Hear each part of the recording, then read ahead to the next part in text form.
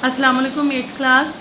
आज हम लोग जो हैं वो अपना इकोलॉजी चैप्टर का जो है वो फर्स्ट क्वेश्चन जो है वो रीड आउट करेंगे, जो हमने पहले भी पढ़ा हुआ है।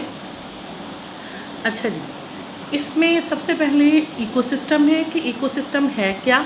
इकोसिस्टम जो है वो हमारे इर्द गिर्द का माहौल है, हमारा इन्वायरमेंट है, जिसमें दोनों फैक्टर्स बायोटिक एंड एबायोटिक्स जो हैं वो शामिल होते हैं। बायोटिक्स जानदार हैं और एबायोटिक्स जो हैं वो गैर जानदार हैं। ठीक है, जानदार अशिया और गैर जानदार अशिया हमारे माहौल में दोनों का इम्तज़ाज जो है, दोनों की आपस में एक्टिविटीज़ जो हैं वो हमारा इकोसिस्टम कहलाता है। ठीक है, इकोसिस्टम में जितने भी जुज़ हैं हमारे वो दो ही हैं, जानदार अशिया हैं या हमारे पास गैर जानदार अशिया हैं। जैसे हमारा माहौल है, हमारी क्लास है, हमारा घर है, तो जानदार हम हैं, पौधे हैं, जानवर हैं, और गैर जानदार वो तमाम चीज़ें हैं जिसमें हमारी किचन के बर्तन, किचन की चीज़ें, हमारे घर के फर्नीचर, हमारे घर की चीज़ें, हमारे दरो दीवार, हमारे कमरे, हमारे फर्नीचर, हर चीज़ आ जाती है उस जिस पे हम सोते हैं, जिन पे हम बैठते हैं, जिनमें हम खाना खाते हैं।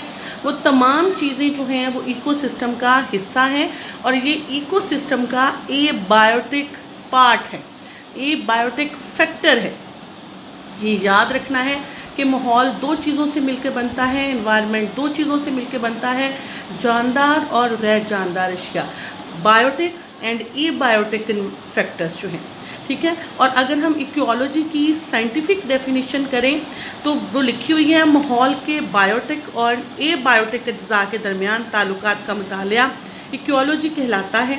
माहौल के बायोटिक और एबायोटिक अज्जा एक दूसरे के लिए लाजमो मजलूम हैं। ना बायोटिक जो हैं, जानदार जो हैं, वो गैर जानदार अशिया के बगैर कोई एक्टिविटी कर सकते हैं, ना गैर जानदार अशिया बायोटिक या जानदार अशिया के बगैर कोई एक्टिविटी कर सकते हैं।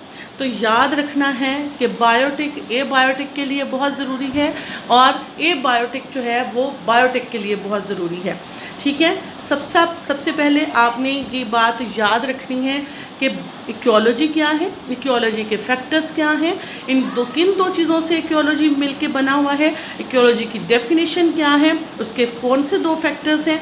ठीक है, ये आपने याद रखना है और मुझे यकीन है कि आपको मेरी बात समझ में आ गई होगी। अगर इस चीज़ में से आपको कोई चीज़ समझ में नहीं आई है तो आप मेरे साथ रब्ता कर सकते हैं, कमेंट बॉक्स में क्वेश्चन पूछ सकते हैं। ठीक है, ओके बच्चों, अल्लाह हाफिज़।